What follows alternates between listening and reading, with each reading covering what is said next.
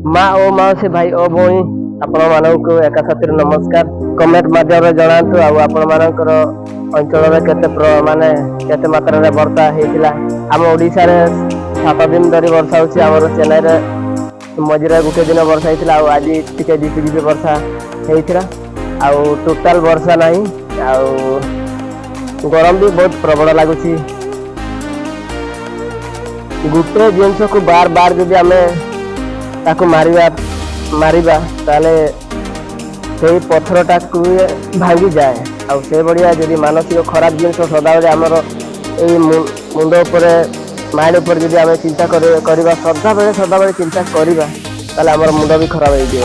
ମୁଣ୍ଡ ଖରାପ ହେଇକି ଆଉ ଆତ୍ମହତ୍ୟା କରିବାକୁ ମନ ହୁଏ।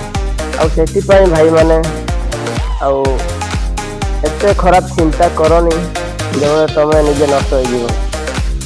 ଆଉ ଜୀବନରେ ବହୁତ କିଛି କରିବାର ଅଛି ଆଉ ସେ କାମକୁ ଆଗକୁ ବଢ଼ାନ୍ତୁ ଆଉ ଏତେ ଟେନସନ୍ ନିଅନ୍ତୁନି। ଆଉ ଯଦି ଏଇ ଭିଡ଼ିଓଟିକୁ ଆପଣମାନଙ୍କୁ କେମିତି ଲାଗିଲା ଟିକେ ବି ଉପଯୋଗୀ ଯଦି ଲାଗିଲା କମେଣ୍ଟ ମାଧ୍ୟମରେ ଜଣାଇଦେବେ। ହଁ ମୁଁ ସାଲୁରାମ ଭାଇ ଆଉ ଏଇଟା ଭଲ ଲାଗିଲା କି ଖରାପ ଲାଗିଲା ସେଟା ଆପଣଙ୍କ ହିସାବରେ ଏଟା କମେଣ୍ଟ କରିପାରିବେ।